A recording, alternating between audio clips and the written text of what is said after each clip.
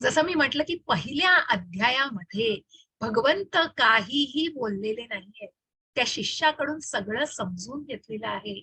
आणि म्हणूनच युद्धाला जशी सुरुवात होतीये असं दिसल्यानंतर जेव्हा रथ मधोमधी न्यायची वेळ होते तेव्हा अशा ठिकाणी जाऊन रथ उभा करतात की तिथून त्यांचे भीष्म पितामह दिसतायत, द्रोणाचार्य त्यांचे गुरु दिसतायत. अशा प्रकारे अर्जुनाला ते सगळे दृष्टीक्षेपात होते, दृष्टीपथात होते आणि अशा प्रकारे त्याच्या मनामध्ये त्या भावना कुठेतरी जागृत झालेल्या आहेत.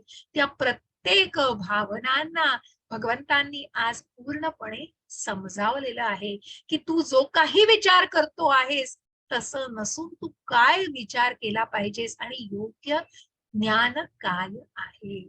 आणि म्हणूनच आजच्या अध्यायामध्ये आपण ज्ञानयोग बघणार आहोत, कर्मयोग बघणार आहोत, बुद्धियोग बघणार आहोत, सांख्ययोग की जिथे आपल्याला देह आणि शरीर आणि कुठेतरी आत्म्याची संलग्नता बघायला मिळणार आहे आणि जाणून घ्यायला मिळणार आहे. अशा या कारणांचा भगवंतांनी पूर्णपणे निरासन केलेलं आहे. निरसन करून भगवान अर्जुनाच्या मनातला जो काही संभ्रम आहे तो दूर करण्याचा भगवंत प्रयत्न करतात. मग हे सगळं जाणून घ्यायचंय त्याआधी मी सुरुवात करण्यापूर्वीच म्हणेन तुम्हाला की मग असे हे जे सगळं वाटतं आहे अर्जुनाला. हरे कृष्ण माताजी वाचा. हरे कृष्ण माताजी. असमंजस, त्यांच्यावर विजय प्राप्त करणे की त्यांच्याकडून पराजित होणे, या दोहोंपैकी कोणती गोष्ट अधिक चांगली आहे हे आम्हाला कळत नाही. जर आम्ही धृतराष्ट्रपुत्रांची हत्या केली तर आम्हाला जगण्याची आवश्यकता नाही, तरी देखील युद्धभूमीमध्ये ते आमच्या समोरच उभे आहेत. हरे कृष्ण माताजी. हरे कृष्ण. आणि म्हणून कार्पण्य दोषोपहत स्वभावः पृच्छामि त्वां धर्म सम्पूढचेतः यच्छ्रेयस्या निश्चितं ब्रूहि तं तन्मे शिष्यस्तेऽहं शाधि मां त्वां प्रपन्नम्. का म्हणतोय अर्जुन असा? कारण मग त्याला समजत नाहीये आणि कुठेतरी त्यांनी शस्त्र ठेवून भगवंतांना आपलं गुरु मानलेलं आहे. मला कळत नाहीये मी काय केलं पाहिजे, मी निर्णय घेऊ शकत नाहीये की त्यांच्याकडून पराजित व्हायला पाहिजे आहे आणि त्यांच्यावर विजय प्राप्त करायचा आहे की त्यांच्याकडून पराजित होऊन मग कुठेतरी या सगळ्या गोष्टींना कशा प्रकारे प्रतिकार करायचा आहे किंवा कशा प्रकारे त्याला फेस करायचंय, कशा प्रकारे त्याला तोंड द्यायचं आहे. या सगळ्यांमध्ये चांगली गोष्ट, योग्य गोष्ट काय आहे? जर मी धृतराष्ट्र पुत्रांची हत्या केली तर मला जगण्याची काय आवश्यकता? आपल्याच बांधवांना, आपल्याच बंधूंशी युद्ध करून त्यांना मारून माझ्या भीष्म पितामह, माझ्या द्रोणाचार्य गुरूंना मी मारलं तर मी पाप करतो आहे. आणि अशा प्रकारे या सगळ्या भावनांचा कुठेतरी हल्लकल्लोळ झालेला आहे मनामध्ये आणि समजू शकत नाहीये मी काय करायला पाहिजे असा अर्जुन भगवंतांजवळ आलेला आहे. आणि भगवंतांना म्हणतोय की मी काय करू बघा, जे मी आता जो श्लोक म्हटलेला आहे. हरे कृष्ण माताजी. हरे कृष्ण. माझ्या दुर्बलतेमुळे मी माझ्या कर्तव्याबद्दल गोंधळून गेलो आहे आणि माझी मनशांती नष्ट झाली आहे. अशा स्थितीत माझ्यासाठी निश्चितपणे सर्वात श्रेयस्कर काय आहे याबद्दल मी तुम्हाला विचारित आहे. मी तुमचा शिष्य आहे आणि तुम्हाला शरण आलो आहे. कृपा करून मला उपदेश करा. हरे कृष्ण माताजी. हरे कृष्ण. आणि म्हणून बघा की कार्पण्य दोषोपहत स्वभाव, मला कळत नाहीये योग्य, पृच्छामि त्वां धर्म संपूर्ण चेता, की त्या संकटात मी सापडले आणि मला काय कळावं ते कळत नाहीये. आणि म्हणून यच्छ्रेय की जे काही योग्य आहे स्या निश्चितम ब्रूहि तन्मे, जे काही योग्य निश्चित अशी गोष्ट आहे. शिष्यस्तेहम शाधि मां त्वां प्रपन्नम्, मी तुम्हाला शरण आलेलो आहे आणि मी तुमचा शिष्य आहे, तुम्हाला शरण आलोय, कृपा करून तुम्ही मला उपदेश करा. अशी अर्जुनाने प्रार्थना केली आहे. बघा याच लाईन्सवर मी तुमच्याशी बोलू इच्छिते. मग ज्या भगवंतांना अर्जुन शरण गेलेला आहे अशा भगवंतांना शरण जाण्याची कारण काय होतं? मग बघा तुम्ही आम्ही सुद्धा या प्रॅक्टिकल, या मटेरियल, या भौतिक जगामध्ये अनेक संघर्षांना तोंड देतोय. या भगवद्गीतेचं खूप महत्वाचं कारण आहे हे. की ही भगवद्गीतेचं महात्म्य का आहे. कारण जिथे भगवंतांनी ही भगवद्गीता अर्जुनाला प्रत्यक्ष युद्धभूमीवर कुठे वेगळ्या ठिकाणी घेऊन जाऊन आणि तिथे त्याला ज्ञान देण्यासाठी असं नसून प्रत्यक्ष जिथे संघर्ष होणार आहे त्या संघर्षाच्या जागी ती भगवद्गीता 45 मिनिटं भगवंतांनी अर्जुनाला त्यांच्या उपदेशांमधनं सांगितलेली आहे. आणि म्हणूनच मग या संघर्षाला ज्या भौतिक जगामध्ये मनुष्य तोंड देतो आहे, म्हणून त्या भगवद्गीतेचं महात्म्य हे खूप थोर आहे. जे काही मनात प्रश्न आहेत त्या सगळ्यांची उत्तरं त्या भगवद्गीतेच्या प्रत्येक श्लोकामधून तुम्हाला सापडतील. असं हे महात्म्य आहे, असा हा ग्रंथ आहे, अशी ही एन्सायक्लोपीडिया आहे आणि अशी ही डिक्शनरी, जी स्पिरिच्युअल आध्यात्मिक कुठेतरी डिक्शनरी आहे, ज्याला अनेक महात्म्यांनी वेगवेगळ्या प्रकारे त्याला उल्लेखलेलं आहे. आणि म्हणून तुम्ही आम्ही काय करतो हो, तुम्ही आम्ही सुद्धा एखाद्या जर विवंचनेत सापडलं तर काय करू हो तुम्ही आम्ही? मला सांगाल थोडं, की तुम्हाला काय वाटेल, की तुम्ही एखाद्या विवंचनेत ती काय करावं लागणार आहे, तेव्हा काय करता हो? काय तुम्हाला करावंसं वाटतं त्यावेळेला? मन कुठेतरी विषण्ण झालंय, निर्णय घेऊ शकत नाहीये, मनस्थिती द्विधा मनस्थिती झालेली आहे, अशा वेळेला काय करतो हो आपण? सांगाल थोडंसं चॅटमध्ये काय मनातले भाव आहेत? फक्त तुमच्या मनातले भाव हो, कुठलंही काहीही मला उत्तर अपेक्षित नाहीये. तुमच्या मनातले भाव पाहिजेत फक्त, की काय कराल? थोडंसं प्रयत्न करा. काय वाटतं त्यावेळेला मनाला? साधं आपण बसलोय, आपलं खूप आज लो फीलिंग आहे मला, आज मला नाही बरं वाटत. आज मला मग कधी-कधी असंही की मंत्र जपायचं किंवा जप करायची सुद्धा इच्छा नाही किंवा मन कशाचंच काही तयार होत नाही. काहीतरी निर्णय घ्यायला कुठेतरी खरं तर व्यक्त करायला हवे. बरोबर रीता माताजी? पण ते व्यक्त होत नाहीत. मग काय करावंच अशा वेळी? काय करायला हवं आणि काय करतो आपण? देवाला शरण जातो. रामकृपा प्रसाद प्रभूजी बघा, की कुठेतरी मग मनातले भाव मग आपण देवाशी बोलतो अशा वेळेला आपण अशा किंवा मग भगवंतांना तर शरण जातोच हो, ती सर्वात महत्वाची गोष्ट आहे. पण बऱ्याच वेळेला आपण आपल्यापेक्षा जे काही श्रेष्ठ लोक असतात त्यांच्याशी बोलतो, त्यांच्या अनुभवांनी त्यांच्याकडून आपण कुठेतरी आपल्या मताला मतं घेण्यासाठी बघतो. कुठेतरी ते ओपिनियन आपण घेऊन आपण त्या निर्णयाला कुठेतरी येण्याचा प्रयत्न करत असतो. नामस्मरण करतो, परंतु व्यक्त होणं गरजेचं आहे. अगदी बरोबर. कारण कुठेतरी बोललं नाही तर कळणार कसं आहे हो? आणि म्हणूनच ह्या सगळ्या गोष्टी अगदी बरोबर. धन्यवाद रामप्रसाद प्रभूजी. धन्यवाद माताजी. खूप छान. आणि म्हणूनच हे सांगण्याचा उद्देश असा आहे, की जिथे अर्जुनासारखा बलाढ्य योद्धा, की जो प्रामाणिक भक्त आहे, भगवंतांचा इतका शुद्ध भक्त आहे, प्रिय सखा आहे, तो सुद्धा नरनारायणापैकी एक नर असून सुद्धा तो कुठेतरी जो असमंजस झालाय, जरी भगवंतांची योजना असली तरी त्या क्षणी त्याच्यातल्या मनातल्या भावना आणि ते भाव अगदी तंतोतंत बरोबर आहेत आणि म्हणूनच तो कुठेतरी प्रयत्न करतोय, की मला तुमचा शिष्य व्हायचा आहे आणि मला तुम्ही कुठेतरी योग्य सल्ला द्या.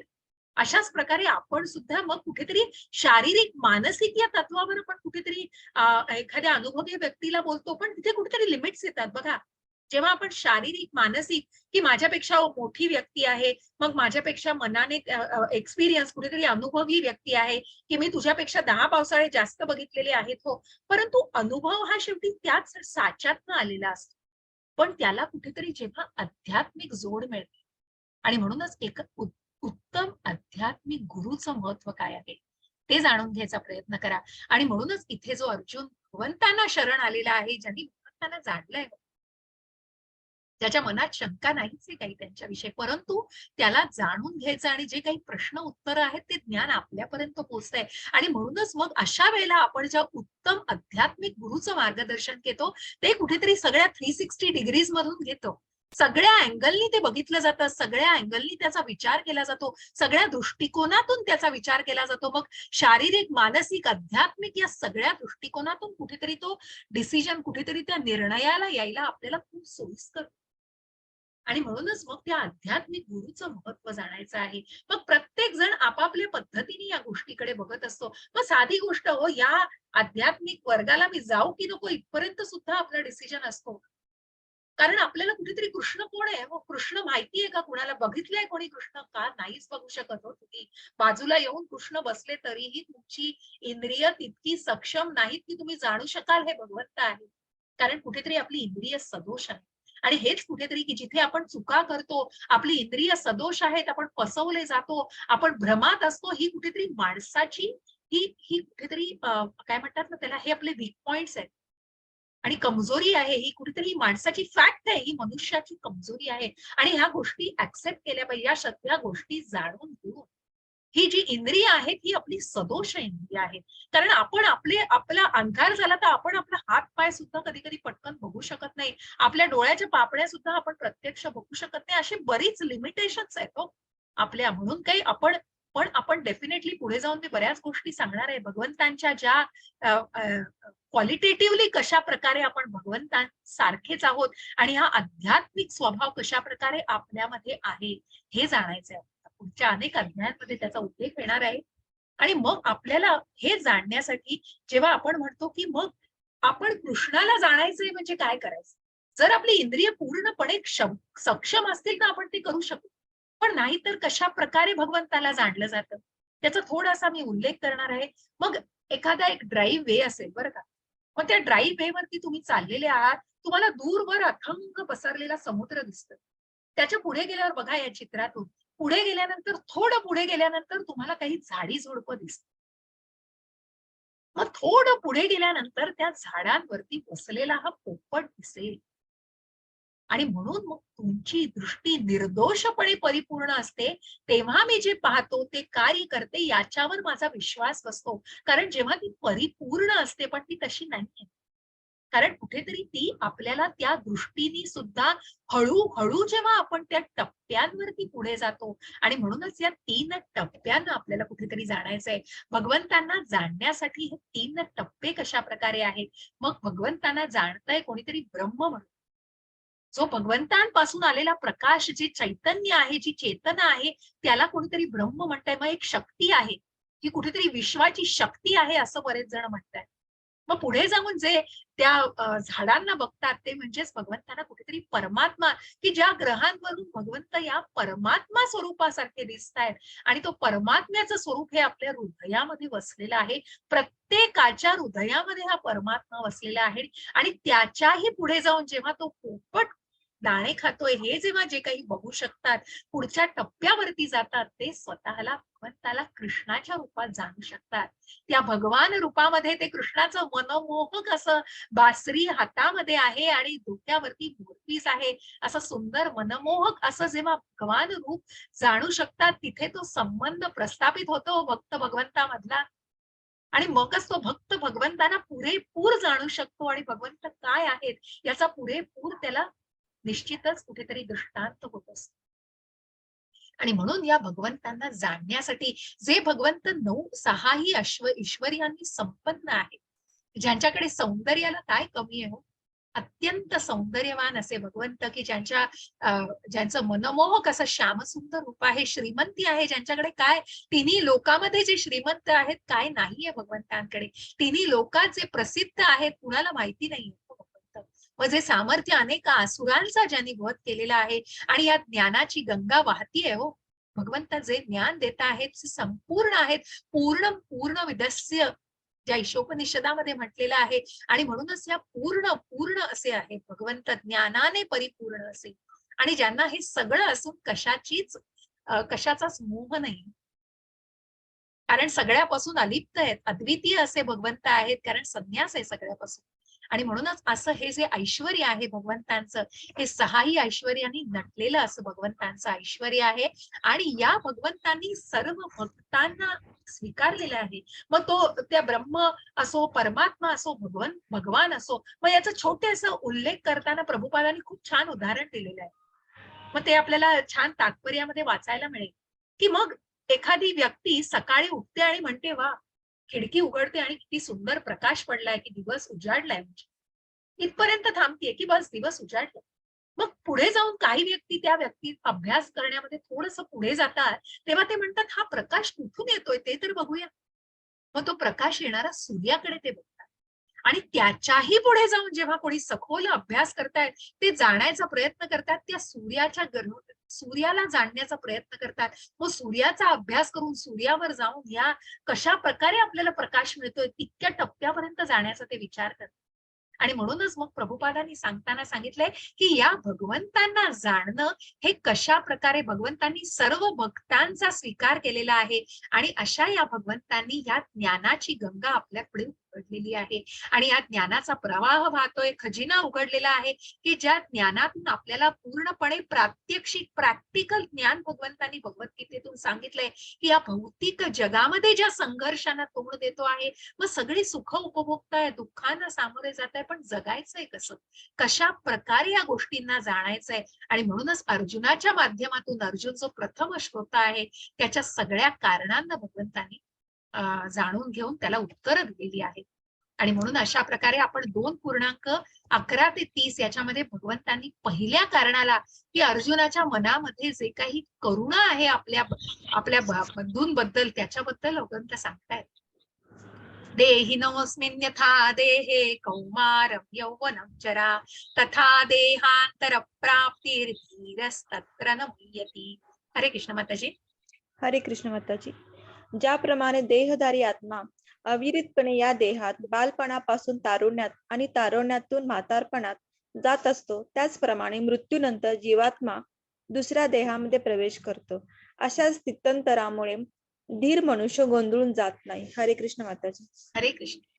आणि म्हणून भगवंत सांगतायत देहिनोऽस्मिन् यथा देहे कौमारं यौवनं जरा तथा देहांतर प्राप्तिर धीरस्तत्र न मुह्यति. ज्या देहधारी आत्मा अविरतपणे या देहात तू जे समजतो आहेस ते तू नसून तू आत्मा आहेस, तू शरीर नाही, तू आत्मा आहेस. आणि हा जो आत्मा आहे हा सर्व शरीरामध्ये तुझ्या देहामधून तो अविरतपणे प्रवास करतो आहे, तुझ्या लहान असण्यापासून ते तुझ्या वृद्धत्वापर्यंत. म्हणजे तुझ्या बालपणापासून तारुण्यापासून ते तुझ्या म्हातारपणापर्यंत हा देह जीर्ण होईपर्यंत तुझा आत्मा या तुझ्या शरीरामध्ये प्रवास करतोय. आणि जेव्हा तुझा हा देह जीर्ण होतो, ज्या गोष्टीला आपण मृत्यू पावतो असं म्हणतो, मनुष्य मृत्यू पावलेला आहे, आणि जेव्हा तो देह टाकलेला आहे, जीर्ण झालेला, तेव्हा तो आत्मा दुसऱ्या शरीरामध्ये प्रवेश करतो.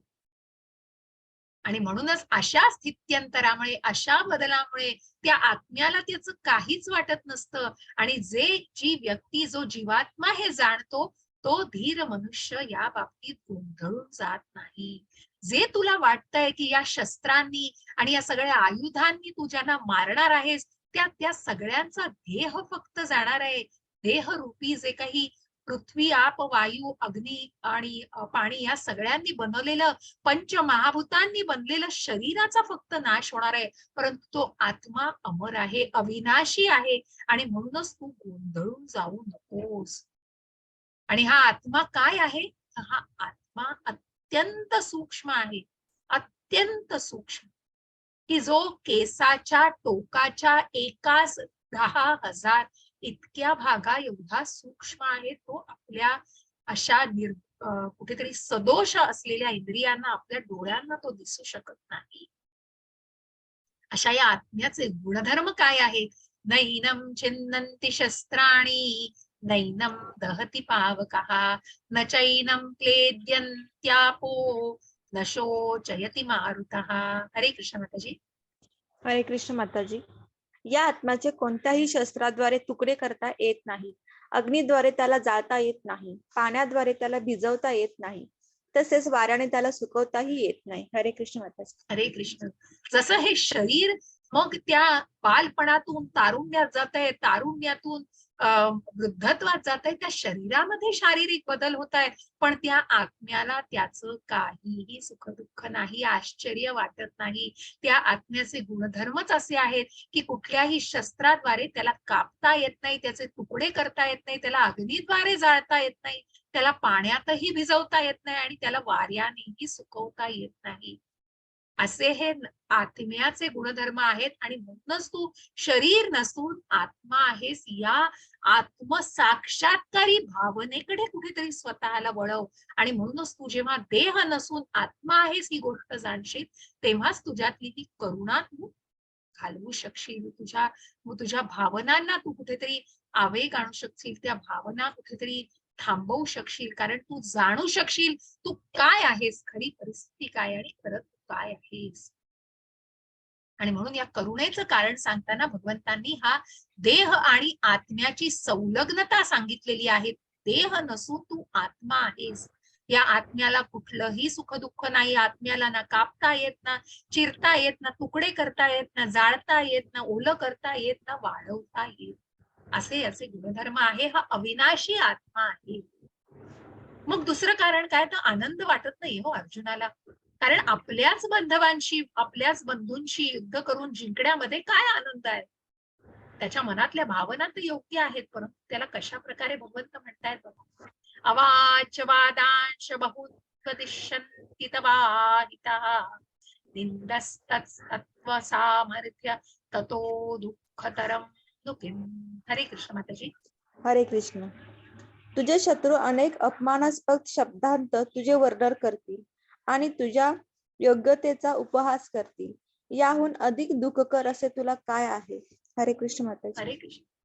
हो, ज्या भगवंत म्हणतायत की तू जे कर्म करतो आहेस ते कर्म, आता इथे सांगताना त्याचा हा पण अर्थ मी तुम्हाला सांगतोय. त्याच्याही आधी जेव्हा मी तुम्हाला म्हटलं एखादी आध्यात्मिक गुरु किंवा तुम्ही मार्गदर्शन घेता, तेव्हा तुमच्या मनाचं दौर्बल्य घालवून तुम्हाला अनेक दृष्टिकोनातून ती गोष्ट सांगितली जाते. त्याच प्रकारे भगवंत सांगतायत. आणि म्हणून भगवंत प्रत्यक्ष सांगतायत की आनंद नाही हे ते तुला वाटतं आहे, परंतु तू जर आनंद वाटत नसलास आणि तू जर जाऊन संन्यास घेतलास आणि तू जर जंगलात जाऊन स्वतःला ठेवलंस, तर तुझे आप्त म्हणतील किंवा तुझ्या जे नातेवाईक आहेत ते म्हणतील की हो, अर्जुनाने चांगलं काम केलंय. पण तुझे शत्रू कधीच तुला माफ करणार. तुझे शत्रू तुला भ्याड म्हणतील. तुझे शत्रू तुला पळकुटा म्हणतील, कारण तू युद्ध सोडून पळून चाललायस. आणि म्हणूनच तुझा उपहास करतील. एका क्षत्रियाला यापेक्षा अपमानास्पद आणि दुःखास्पद दुसरं काही असूच शकत नाही. मरणापेक्षा सुद्धा यातना देणारा असा हा अपमान असतो. आणि म्हणूनच तुला काय करायचं हे तू क्षत्रिय म्हणून जाण. त्याच प्रकारे भगवंत सांगतायत की तुझा दृष्टिकोन कसा आहे, की जरी तू हे युद्ध केलंस तरीही तुला युद्ध जिंकल्यानंतर या पृथ्वीवरती तू राज्य करू शकतोस. आणि तू हरलास तरीही तुला, हरलास म्हटल्यापेक्षा तू जर हे युद्ध करताना जर तुझा मृत्यू झाला तर तुला वरच्या लोकांमध्ये जन्म मिळणार आहे. तुला स्वर्ग लोकांमध्ये जन्म मिळणार आहे, पृथ्वीच्या वरील लोकांमध्ये. आणि तिथे सुखच सुख आहे आणि तिथे त्या स्वर्ग सुखाचा तू उपभोग घेऊ शकणार आहेस. अशा प्रकारे मनाचा दौर्बल्य घालवून कुठेतरी 2-3 दृष्टिकोनातून भगवंत अर्जुनाला सांगतायत. आणि म्हणून तू आनंद नाही असं म्हणू नकोस, कारण तू सर्वात महत्वाचं एक क्षत्रिय म्हणून तुला लढलंच पाहिजे. हतो वा प्राप्स्यसि स्वर्ग जित्वा वा भोक्ष्यसे महिम तस्मादुत्तिष्ठ कौन्तेय युद्धाय कृतनिश्चयः. हरे कृष्ण माताजी. हरे कृष्ण माताजी. हे कौतया, रणभूमीवर तू मारला जाशील आणि तुला स्वर्ग प्राप्ती होईल, किंवा तू विजयश्री प्राप्त करून पृथ्वीचे साम्राज्य उपभोगशील. म्हणून दृढ इच्छयी होऊन उठ आणि युद्ध कर. हरे कृष्ण माताजी. हरे कृष्ण. आणि म्हणूनच तू कुठेतरी दृढनिश्चयी होऊन युद्ध कर. एक सेकंड.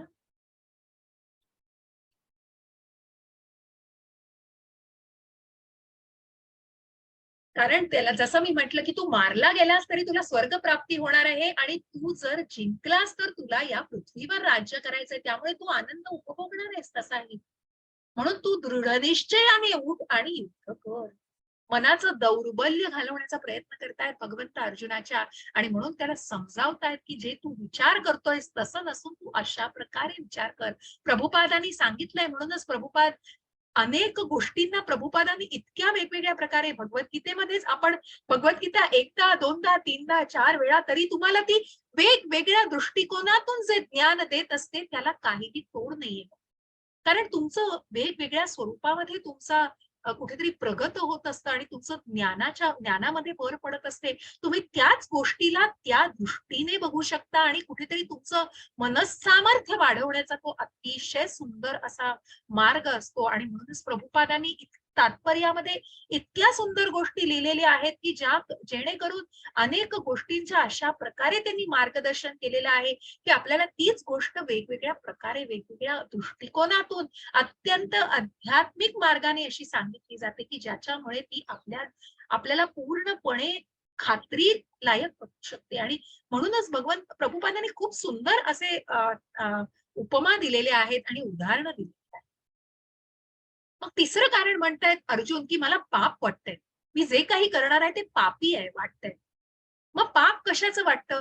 जेव्हा तुम्हाला काही काही तुम्ही स्वतःसाठी गोष्ट करता, जसा आनंद नाही या गोष्टीमध्ये पण मी सांगण्याचा उद्देश तुम्हाला होता की आनंद नाही म्हणजे आनंद तुम्ही तुमच्या इंद्रियांसाठी जेव्हा काम करता तेव्हा तुम्हाला आनंद मिळतो त्याच्यातनं, परंतु ते कुठेतरी कर्मकांड आहे आणि तो आपल्याला कर्मयोग उद्याच आणायचा आहे. पण हेच कर्म तुम्ही जेव्हा भगवंतांसाठी करता त्या कारणाला सांगून मग ते भगवंतांसाठी केलेलं कारण हे त्यांच्यावरचं प्रेम आहे. आणि म्हणूनच आत्म इंद्रिया वांछा तारो नाम काम, कृष्ण इंद्रियो वांछा तारो नाम प्रेम. आणि म्हणून तुम्ही जे स्वतःसाठी करताय, स्वतःच्या स्वार्थासाठी करताय, ते सगळं काम वासनेने आणि ते स्वतःच्या वासनेसाठी, स्वतःच्या सेन्स ग्रॅटिफिकेशन कुठेतरी त्या इंद्रिय तृप्तीसाठी ते केलं जातं. परंतु हे जेव्हा कर्म भगवंतांना केलं जातं आणि म्हणूनच भगवंत म्हणतायत की तू जर ते भगवंतांना अर्पण केलं, तू जर ते भगवंतांसाठी केलं तर ते कर्मकांड नाही, ते कर्मयोग आहे तो. आणि त्याचंच उदाहरण सांगायचं झालं तर आपल्याला दिसतंय की जे मारुती राया ज्यांनी त्रेतायुगामध्ये प्रभू रामचंद्रांची सेवा केलेली आहे त्यांनी पूर्ण लंका जाळली. मग ती लंका जाळली, मग फक्त रावणाचा महाल जाळू शकले होते, पण ते ज्या क्रोधामध्ये, मग तो क्रोध का होता? कारण कुठेतरी निषेध व्यक्त केलेला होता. आणि म्हणूनच मग कुठेतरी भगवंतांची सेवा करण्यामध्ये प्रभू रामचंद्रांच्या पत्नी प्रत्यक्ष सीतामातांना भेटून जे काही त्यांना तिथे क्लेश होत होते ते सगळे बघून आणि मग तो निषेध व्यक्त करून आपल्या प्रभूंनी जे सांगितलेलं आहे त्याचं पूर्णपणे आदेशाचं पालन करून त्यांनी त्या लंकेला पूर्णपणे जाळलं. मग इथे कुठेतरी जर आपण आपला सामान्य दृष्टिकोन बघितला तर हो, ही गोष्ट चुकीची ठरू शकते, पण ही आध्यात्मिक दृष्ट्या ही गोष्ट चुकीची नाही, कारण ती भगवंतांची केलेली सेवा आहे. ज्या विभीषणाचं पण इथे उदाहरण घेतलं जातं, ज्या विभीषणांनी पण भगवंतांना कुठेतरी साथ दिलेली आहे, भगवंतांना कुठेतरी मदत केली की रावणासारखा बलाढ्य असा योद्धा पण त्याचा भाऊ जो विभीषण होता आणि रावण कपटी होता, परंतु विभीषण मात्र अत्यंत सालस. आणि ज्या विभीषणांनी प्रभूंना मदत केली आपल्या भावाला मारण्यासाठी, कारण कुठेतरी चुकीच्या मार्गाला त्यांनी साथ दिली नाही, पण भगवंतांना ज्या प्रभूंना त्यांनी त्यांची सेवा केली आणि त्यांच्यासाठी त्यांनी ती आपल्या भावापासून कुठेतरी दुश्मनी हे घेतलेली होती, परंतु का? कारण प्रभूंची सेवा केलेली, भगवंतांची सेवा केली. आणि तशीच अशी सुंदर एक गोष्ट आहे हो इथे आपल्या पुराणामधली कथा आहे की एक उंदीर मामा असतो. मग त्या उंदीर मामाला भूक लागताना त्याला चेरी फार आवडत असते आणि त्याला भूक लागलेली असते म्हणून तो इकडे तिकडे सगळीकडे भटकत असतो. हो, आपल्याला भूक लागली आहे म्हणून खायला मागायला, तर तो एका देवळापाशी जातो आणि त्या देवळामध्ये एक दिवा मिळमिळत असतो आणि तो दिवा मिळमिळता बघून त्या दिव्याला तो असा भागभूक करत असतो आणि त्याला ते चेरीप्रमाणे भासत असतं. आणि मग ही अदृश्य का होती, अशी भागभूक होती, त्याला हे जाण्याची कुठेतरी भीती असते, हे अन्न, मग त्याला ते भूक लागलेली असते. पण बघा, कारण तो एक प्राणी आहे त्यामुळे त्याची बुद्धिमत्ता तेवढीच असते आणि त्याच्या बुद्धीप्रमाणे तो त्या चेरी समजून त्या गरम तेलामध्ये उडी मारतो आणि त्या गरम तेलामध्ये त्याचा परिणाम काय होणार हो, त्याच्यामध्ये जळून त्याचा मृत्यू, त्याच्यामध्ये भाजून त्याचा मृत्यू होतो. परंतु हीच गोष्ट आध्यात्मिकरित्या प्रत्यक्ष भगवंत समोर आहेत, भगवंतांची मूर्ती समोर आहे आणि भगवंत हे कशा प्रकारे घेतील की माझ्या दिव्याला विझू न देण्याचा ज्यांनी प्रयत्न केला त्या उंदराला निश्चितच मोक्ष मिळणार. आणि म्हणून ती भगवंतांसाठी केलेली सेवा होती. म्हणूनच कुठलीही गोष्ट तू स्वतःसाठी न करता हे युद्ध तू भगवंतांना अर्पण केलं, तू मला अर्पण केलंस, तर तू कुठलंही पाप करत नाहीयेस. मग तुम्ही म्हणाल की ही डिव्होशनल सर्व्हिस आहे, मग याच्यामध्ये कुठलंही पाप केलेलं चालतं, तर नाही.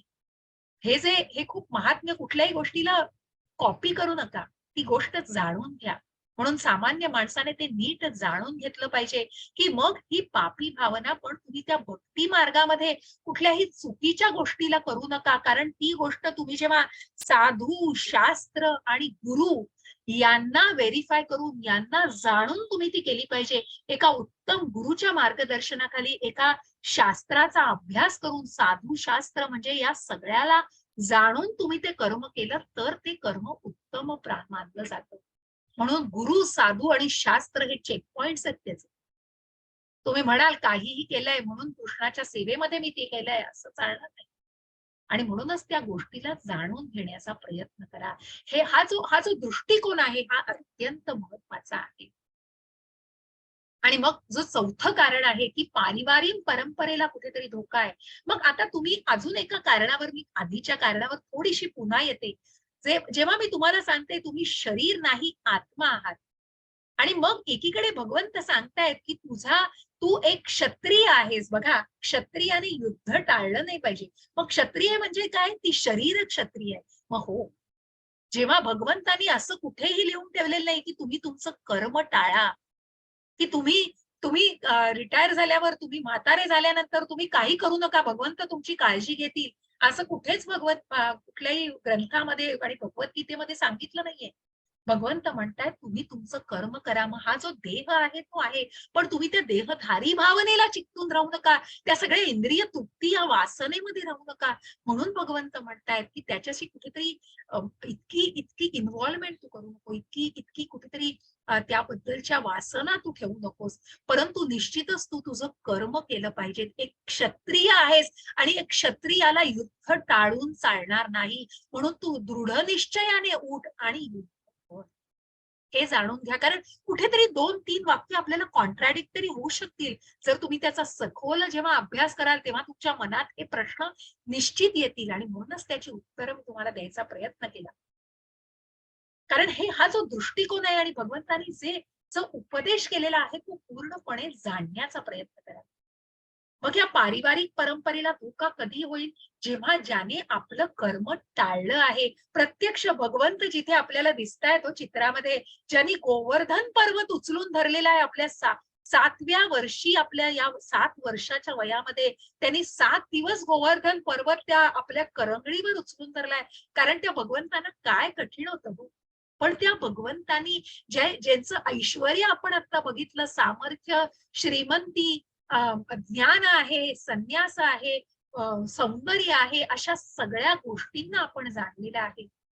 आणि म्हणून प्रसिद्ध आहेत जे तिन्ही लोकांमध्ये, असे भगवंत सुद्धा आपलं कर्म, आपली गोष्ट व्यवस्थितपणे ते कर्म करतायत. कारण त्याचा आदर्श इतर व्यक्ती करणार आहेत. आणि म्हणून वर्णशंकर नाही तर वर्णाश्रम पद्धती भगवंतांनी निर्माण केलेली आहे, ज्याला आपण उद्याच्या अध्यायामध्ये जाणणार आहोत. 3:24 वाचाल माताजी? हरे कृष्ण. हरे कृष्ण माताजी. पारिवारिक परंपरा नष्ट होतील. मी जर नियत कर्म केले नाही तर हे सर्व ग्रह लोक नष्ट होऊन जातील. अनावश्यक लोकसंख्या उत्पन्न करण्यास मीच कारणीभूत होईन आणि त्यामुळे सर्व प्राणी मात्रांच्या शांततेचा मी विनाशक होईल. हरे कृष्ण माताजी. हरे कृष्ण. मग भगवंत सांगतायत माझं कर्म सुद्धा मी जर नाही केलं, विहित कर्म, तर अनेक गोष्टी म्हणजे हे जे अनेक लोकसंख्या ही अवास्तव वाढेल आणि याला कुठेतरी या शांततेचा विनाश होईल. म्हणून प्रत्यक्ष भगवंत स्वतःचं उदाहरण दाखल.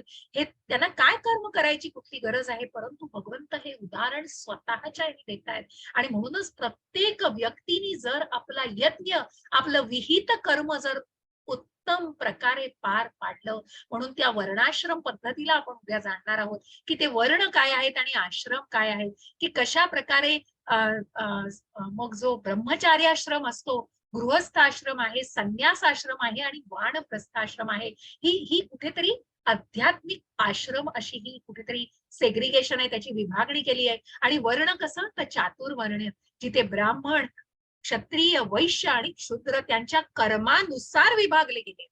कुठल्याही धर्मानी नाही हो, त्यांच्या जन्मानी पण नाही. पण तो धर्म म्हणजे काय तर त्यांचं कर्म. आणि ते जे वर्ण आहे तो त्यांच्या कर्मानी आहे. जे काही कर्म करतायत ते त्यांचा वर्ण सांगताय. आणि म्हणूनच जो तो आपला यज्ञ, आपलं कर्म जर योग्य पद्धतीने पार पाडेल तर ही वर्णशंकरा पद्धती नसून वर्णाश्रम पद्धतीचा. मग तिथे भगवंत म्हणतायत की ज्या युद्धानंतर सुद्धा भगवंतांना सगळं दिसतंय हो. भूतकाळ दिसतोय, वर्तमान आणि भविष्यही समोर दिसतंय. ज्या विश्वरूप दर्शनामध्ये आपण सगळं बघणार आहोत 11व्या अध्यायामध्ये. आणि भगवंत म्हणून म्हणतायत की युधिष्ठिराचं राज्य येणार आहे, ते युधिष्ठिराचं राज्य हे राम राज्यासारखं असणार आहे, जिथे सत्याची कुठेतरी कास धरणारा युधिष्ठिर राज्य करणार आहे. म्हणून वर्णशंकर नसून वर्णाश्रम पद्धतीने या गोष्टीला जाणलं गेलं पाहिजे. हे सगळं जाणल्यानंतरही का असमंजस होतोय अर्जुन? कारण त्याला अजूनही कुठेतरी त्याची जी बुद्धी आहे ती अनेक गोष्टींवर विभागली गेली आहे. व्यवसायात्मिक नाही तर अव्यवसायात्मिक झालाय तो. कुठेतरी त्याच्या बुद्धीला फाटे फुटलेत हो. आणि म्हणूनच मग त्या फाटे का फुटलेत? व्यवसायात्मिका बुद्धी रेके कुरु नंदन बहुशाखायनंतांश्च बुद्ध्ययो व्यवसायिनाम. हरे कृष्ण माताजी. हरे कृष्ण. जे या मार्गावर असतात त्यांची बुद्धी दृढ निश्चयी असते आणि त्यांचे ध्येय ही एक असते. हे प्रिय करुनंदन, जे डळमळीत वृत्तीने असतात त्यांच्या बुद्धीला अनेक फाटे फुटलेले असतात. हरे कृष्ण माताजी. हरे कृष्ण. मग जेव्हा धनुर्धर, उत्तम धनुर्धर ज्याला आपण म्हणतो, ज्या द्रोणाचार्यांचा हा उत्तम शिष्य आहे, की जेव्हा सगळ्यांना विचारलं गेलं की समोर काय दिसतंय, तेव्हा इतरांनी अनेक अनेक उत्तरं दिली. झाड दिसतंय, पक्षी दिसतोय. जेव्हा ते ज्ञान घेत होते, जेव्हा ते विद्या घेत होते द्रोणाचार्यांकडून, तेव्हा त्यांना या सगळ्या गोष्टी वेगवेगळ्या प्रकारे त्यांना उत्तरं मिळाली. अनेक सगळ्या पांडवांकडून आणि कौरवांकडून ज्यांना ते विद्या देत होते. पण त्यांच्या उत्तम शिष्याने काय उत्तर दिलं ज्या अर्जुनाने, की मला फक्त पक्षाचा डोळा दिसतोय. कारण व्यवसायात्मिक बुद्धी, हे केंद्रित वृत्ती, केंद्रित बुद्धी जरुरीचे. पण इथे तोच अर्जुन इथे असमंजस झालेला आहे, कारण त्याची बुद्धीला फाटे फुटलेले आहेत. आणि म्हणूनच भगवंत म्हणतायत कुठेतरी तुला त्या बुद्धीला जागृत करायचंय आणि तुला कुठेतरी स्वतःला व्यवसायात्मिक करायचं आहे. आणि म्हणून मग कशा प्रकारे करायचंय तर अर्जुनाला प्रश्न पडलाय. मग अर्जुन म्हणतोय, हरे कृष्ण माताजी. हरे कृष्ण माताजी. अर्जुन म्हणाला, हे कृष्ण, ज्याची भावना अशी समाधीस्थ झाली आहे त्याची लक्षणे काय आहेत? तो कसा आणि कोणत्या भाषेत बोलतो? तो बसतो कसा आणि चालतो कसा? हरे कृष्ण माताजी. हरे कृष्ण. मग तू असमंजस होऊ नकोस हे भगवंत सांगताय, की तू व्यवसायात्मिक बुद्धी आण. पण मग अर्जुनाला प्रश्न पडलाय की अशी व्यक्ती कशी चालते, कशी बोलते आणि कशा प्रकारे ही स्थिता धीर मुनी व्यक्ती असते? ती व्यक्ती बोलते कशी, चालते कशी, बसते कशी, वागते कशी? मग अशा सगळी लक्षणं मला तुम्ही सांगता की ही जी केंद्रित केलेली बुद्धी आहे आणि जी फोकस्ड असतात जी व्यक्ती, त्यांना कशा प्रकारे वागतात ते. मग आपल्याला या सगळ्या श्लोकांमध्ये त्याची भाषा, बसतो कसा, चालतो कसा, अशा प्रकारे आपल्याला त्याचं ज्ञान मिळतं. भगवंत सांगतायत, श्री भगवान वाच प्रजहाती यदा कामान सर्वान पार्थ मनोगतान आत्मन्येवात्मना तुष्टः स्थित प्रज्ञस्तदोच्यते. हरे कृष्ण माताजी. हरे कृष्ण माताजी. परमपुरुष भगवंत म्हणाले, हे पार्थ, जेव्हा मनुष्य मानसिक उपजातून उत्पन्न झालेल्या सर्व प्रकारच्या इंद्रिय इच्छांचा त्याग करतो आणि जेव्हा त्याच्या मनाला एकांतातच समाधान मिळते तेव्हा तो शुद्ध दिव्य चैतन्यात असतो असे म्हणतात. हरे कृष्ण माताजी. हरे कृष्ण. आणि म्हणूनच मग आपल्याला समोर जे दिसत आहे ते कोण आहे? चित्रामध्ये सांगाल तर चित्रामध्ये प्रल्हाद महाराज आहे. आणि या प्रल्हाद महाराजांचं आपल्याला उदाहरण दिलेलं आहे. जे प्रल्हाद महाराज हिरण्यकश्यपूचे पुत्र होते, परंतु नारायण नारायण ज्यांनी जो फक्त घोष लावलेला होता, ज्या भगवंतांवर ज्यांची दृढ श्रद्धा होती, त्या भगवंतांचं नामस्मरण ते अहोरात्र करत होते. पण त्याच्या वडिलांना, कारण त्या असुरी योनीत जन्मला असून सुद्धा त्यांनी भगवंतांचं स्मरण केलेलं आहे सदैव. कारण इतकी दृढ श्रद्धा होती की अनेक मरणासन्न मरण यातनांतून रोजच्या रोज ज्याला जायला लागायचं, ज्या आगीमध्ये टाकलं जायचं, कधी गरम तेलात टाकलं जायचं, कधी राक्षसांमध्ये, कधी सर्पांमध्ये, कधी खोल दरीमध्ये फेकलं जायचं, सगळ्या संकटांना हत्तीच्या पायाखाली दिलं जायचं, परंतु एकच दृढ श्रद्धा, भगवंत आहेत आणि माझं रक्षण करतील. आणि म्हणूनच ही एकमेव फोकस्ड, इतकं केंद्रित असे विचार होते की मनुष्य मानसिक उपजातून उत्पन्न झालेल्या सर्व इंद्रिय इच्छांचा, मग त्या इंद्रिय वासनांचा त्याग केलेला असतो आणि मनाला एकांतातच, मनाला ती एकांतता मनाला आणू शकतो आणि त्या दिव्य चैतन्यांमध्ये ती व्यक्ती असते. अशी व्यक्ती म्हणजे प्रल्हाद महाराजांचं उदाहरण दिलेलं आहे. प्रत्यक्ष आपले प्रभुपादांचं उदाहरण आहे. आणि म्हणूनच ते प्रत्यक्ष प्रभुपाद सुद्धा त्यांना उदाहरणामध्ये सांगितलेलं आहे त्यांनी. दुःखेष्वनुद्विमुक्तमना सुखेषु विगतस्पृहः वीतरागभय क्रोध स्थितिर्मनुरुच्यते स्थितिर्मुनिरुच्यते. हरे कृष्ण. क्षमस्व. हरे हरे कृष्ण कृष्ण माता. माताजी. जो त्रिविध तापांनीही मनामध्ये विचलित होत नाही किंवा सुखामध्ये हर्ष उल्लासित होत नाही आणि जो आसक्ती, भय आणि क्रोध यापासून मुक्त झाला आहे त्याला स्थिर मन झालेला मुनी असे म्हटले जाते. हरे कृष्ण माताजी. स्थिता धीर मुनी, स्थिधीर मुनिरुच्यते. आणि म्हणून अशी व्यक्ती की ज्यांनी आपलं मन एकाग्र केलेलं आहे, ज्याला आसक्ती, भय, क्रोध यापासून जो मुक्त झालेला आहे, सुखामध्ये हुरळूनही जात नाहीये आणि दुःखामध्ये होरपळूनही जात नाहीये, मन विचलित होत नाहीये त्रिविध तापांनीही. ज्या त्रिगुणांचा प्रभाव आहे आपण म्हटलंय भौतिक जगामध्ये, परंतु मन अविचलित न करता, विचलित न करता त्याला अविचलित कसं ठेवायचंय आणि म्हणूनच त्याला कशा प्रकारे आपल्या ताब्यात ठेवायचं आहे, अशा ताब्यात ठेवणारे आणि अशा स्थिर मन असलेल्या मुनीला स्थिताधीर मुनी म्हटलेलं आहे. मग कासवाची उपमा दिलेली आहे प्रभुपादांनी. हरे कृष्ण माताजी. हरे कृष्ण. बसणे. ज्याप्रमाणे कासव आपले अवयव आपल्या कवचात आवरून घेते त्याप्रमाणे तो आपल्या इंद्रियांना इंद्रिय विषयातून आवरून घेतो. तो पूर्ण चेतनामध्ये दृढपणे स्थिर होतो. हरे कृष्ण माताजी. कसा बसतो, कशी बसते ही व्यक्ती स्थिताधीर. मग ही बसते कशी, तर कशा प्रकारे आपल्या इंद्रियांना ज्या वेळेला आवश्यकता असते, कासव कशा प्रकारे चाहूल लागल्यानंतर आपल्या इंद्रियांना आत ओढून घेतं.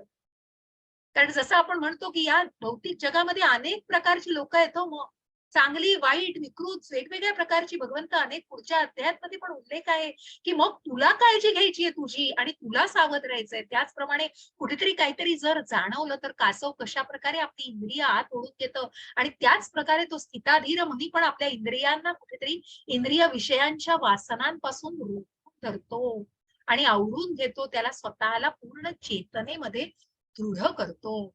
कारण मग अशा प्रकारे आध्यात्मिक आणि या शारीरिक, जिथे मी म्हटलं की आपण शरीर नाही आत्मा आहोत, आणि कशा प्रकारे आध्यात्मिक हा स्वभाव की जिथे मग कुठेतरी सुखदुःखेशु आपण म्हणतोय की आपल्याला हे उष्णता, थंडी, पावसाळा का, कारण शारीरिक, कुठेतरी शारीरिक आपण त्या भावनेमध्ये असतो. मी शरीर आहे, परंतु मग ह्या शारीरिक भावनेला कुठेतरी आध्यात्मिक भावनेने जेव्हा जाणतं, तेव्हा आध्यात्मिक भावना, ती आध्यात्मिक भावना काय, तर ती आत्मसाक्षात्कारी भावना. मग हा स्थिताधीर मुनी काय करत असतो की स्वतःला त्या आत्मसाक्षात्कारी, मग त्या इंद्रिय विषयांमध्ये न अडकता त्या आत्म्याचं आंतरिक मन, मग त्या आत्मा मरत नाही, तो जन्मही घेत नाही, या आत्म्याचे गुण तो जाणतो आणि त्या आत्म्याच्या गुणांना जाणून शरीर मरतय, परंतु आत्मा मात्र अविनाशी आहे आणि तो सर्व शरीरामध्ये चैतन्याने व्याप्त झालेला आहे. अशी गोष्ट जेव्हा तो जाणतो, तेव्हा तो सगळ्या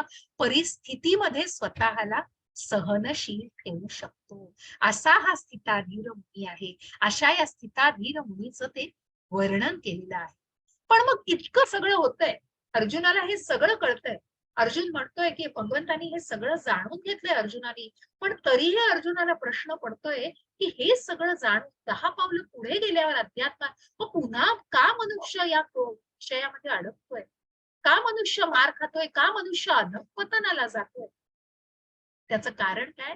ध्यायतो विषयांसह संगस्तेषुपजायते, संगान संजायते कामः, कामान क्रोधो विजायते. हरे कृष्ण माताजी. हरे कृष्ण माताजी. इंद्रिय विषयांचे चिंतन करताना मनुष्याची त्या विषयांची आसक्ती वाढत जाते आणि अशा आसक्तीतून काम उत्पन्न होते आणि कामापासूनच क्रोधाचा उद्भव होतो. हरे कृष्ण माताजी. हरे कृष्ण. खूप सुंदर उदाहरण दिलंय प्रभुपादांनी. बघा की मग हे उदाहरण सांगताना या चित्रात तुम्हाला दिसेल की एका मुला आणि मुलीचं उदाहरण दिलंय. मग एक मुलगा मुलीला आवडायला लागतो त्या, म्हणजे इथपर्यंत की हा मला ही व्यक्ती चांगली वाटते, आवडतीये. मग कुठेतरी पुढे जाऊन त्याचं रूपांतर कसं होतं बघा वासनांना. कारण कुठेतरी आधी फक्त ओढ आहे, कुठेतरी फक्त भावना आहे. मग ती भावना कधी कामवासनेमध्ये जाते, मग मला या व्यक्तीबरोबर राहण्याची इच्छा आहे, आणि मग ती वासना कुठेतरी पूर्ण नाही झाली. मग अनेक अशा वासना, अशा कामवासना आणि अशा इंद्रिय वासना आहेत की ज्याची जर पूर्तता झाली नाही तर काय होतं, तर मग त्याचं क्रोधात रूपांतर.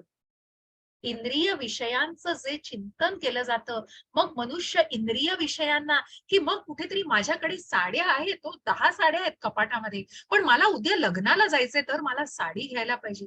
मग का होतंय असं? कारण कुठेतरी ती वासना आहे. मला ती भावना आहे मनामध्ये आहे ना त्यात, पण नाही मला ते अजून हवंय, कारण मग ती संपतच नाहीये ना, समाधान नाहीच आहे तिथे कुठेतरी. आणि असंच त्या कामवासनेचं असतं. आणि म्हणून मग ती वासनेत कधी त्याचं रूपांतर होतं, त्या कामवासनेत ती कळतही नाही, आणि ती कामवासना क्रोधाला कुठेतरी बोलवत असते. आणि त्या कामापासूनच क्रोधाचा उद्भव होतो. आणि मग हा क्रोध कशाला कारणीभूत होतो?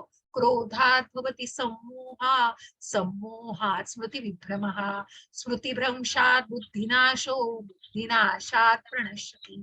हरे कृष्ण माताजी. हरे कृष्ण. क्रोधापासून संमोह निर्माण होतो आणि भ्रमित होते. जेव्हा स्मृती भ्रमित होते तेव्हा बुद्धिनाश होतो आणि बुद्धिनाश होतो तेव्हा मनुष्याचे पुन्हा भौतिक अंधकृपात पतन होते. हरे कृष्ण. हरे कृष्ण. जिथे क्रोध आला की काय स्वतःवर आवर घालता येत नाही. मग त्याचं उदाहरण काय, तर किती आपण व्हायलन्स बघतो, आपण किती काय घराघरामध्ये आपण बघतो की जे काही लहान मुलांना मारलं जातं किंवा त्यांना कामाला लावलं जातं, शिवीगाळ केला जातो, किती चुकीच्या गोष्टी वागल्या जातात, की आपल्याच कुटुंबियांशी किती वाईट पद्धतीने वागलं जातं. कारण कुठेतरी त्या अपेक्षा संपत नाही, कुठेतरी ते समाधान होत नाही की मला हे यांच्यापासून अजून हवंय. मग एखादी व्यक्ती, घरातली कमावती व्यक्ती असते, ती सांगते अरे मी एवढं कमवलंय, तितकं कमवलंय, पण तिथल्या घरातल्या व्यक्तींचं त्यांनी समाधानच होत नसेल, तर मग ती कुठेतरी क्रोधात रूपांतर होतो. आणि ती क्रोधामध्ये ती व्यक्ती मग कुठेतरी त्या स्मृतीचा त्यांचा भ्रंश होतो. स्मृती त्यांची कुठेतरी काय म्हणतात ना त्याला, स्मृती त्यांची नाश पावते आणि मग कुठेतरी त्या मनाचं अधःपतन होतं. मग आपण म्हणतो डिप्रेशन मध्ये जातात, कुठेतरी स्वतःने स्वतःला संपवण्याचा प्रयत्न केला. अशा अनेक गोष्टी आपण आता या भौतिक जगात आपण पुढेही आता उल्लेख ऐकणार आहोत. मग का होतो त्या बुद्धीचा नाश आणि का होते ती स्मृती भ्रमित? कारण कुठेतरी समाधान नाही. आणि ते असमाधानी व्यक्ती कुठेतरी त्या क्रोधाला आमंत्रण देते, त्या क्रोधाचं रूपांतर या सगळ्यामध्ये होत त्या मनाचा नाश होतो. खूप सुंदर आपल्याला उद्याच्या ह्याच्यामध्ये एक आकृती बघायची, त्याच्यामध्ये तुम्हाला अजून मी वेगळ्या पद्धतीने हे समजावून सांगेन. आणि म्हणूनच या मग कशा प्रकारे एखादी एखादी आसक्तीचं वासनेत रूपांतर होतं, आणि मग तेच आपल्याला इथे जाणायचंय. आसक्ती, वासना, वासनेचं क्रोधात, क्रोधाचं भ्रमाचं स्मृतीभ्रम निराश, आणि भ्रमनिरासाचा बुद्धिनाश, आणि बुद्धिनाशाचं पतन. मग त्या इंद्रिय वस्तूविषयी नुसती आसक्ती, ओढ वाटणं इथेच थांबत नाही हो मनुष्य.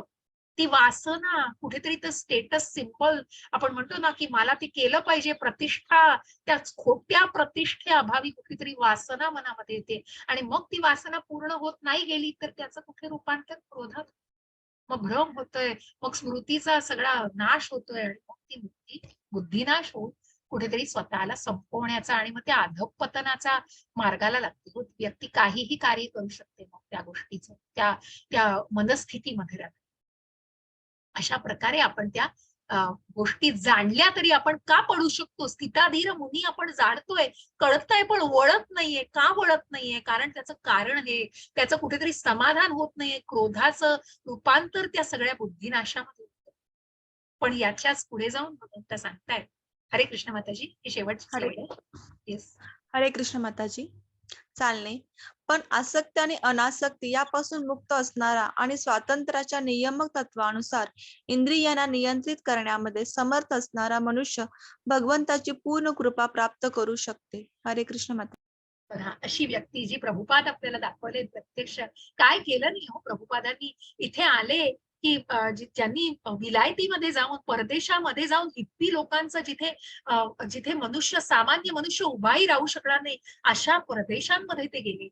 दुर्दैवाने भारतामध्ये त्यांना तेवढा प्रतिसाद त्यांना मिळाला नाही, परंतु त्यांनी आपल्या गुरूंच्या आज्ञेनुसार परदेशामध्ये जाऊन अशा लोकांमध्ये वावरले, परंतु कुठल्याही त्यांच्यावर त्याचा प्रभाव नाही झाला, वाईट प्रभाव, पण परंतु निश्चितच त्या लोकांचं परिवर्तन झालं. कारण अशी व्यक्ती आसक्ती आणि अनासक्ती या सगळ्याच कुठेतरी ती इतका शुद्ध भक्त होते. प्रभुपाद इतके शुद्ध भक्त होते की त्यांनी सर्वांना त्या इंद्रिय विषयांपासून स्वतःला इतकं नियंत्रित केलेलं होतं.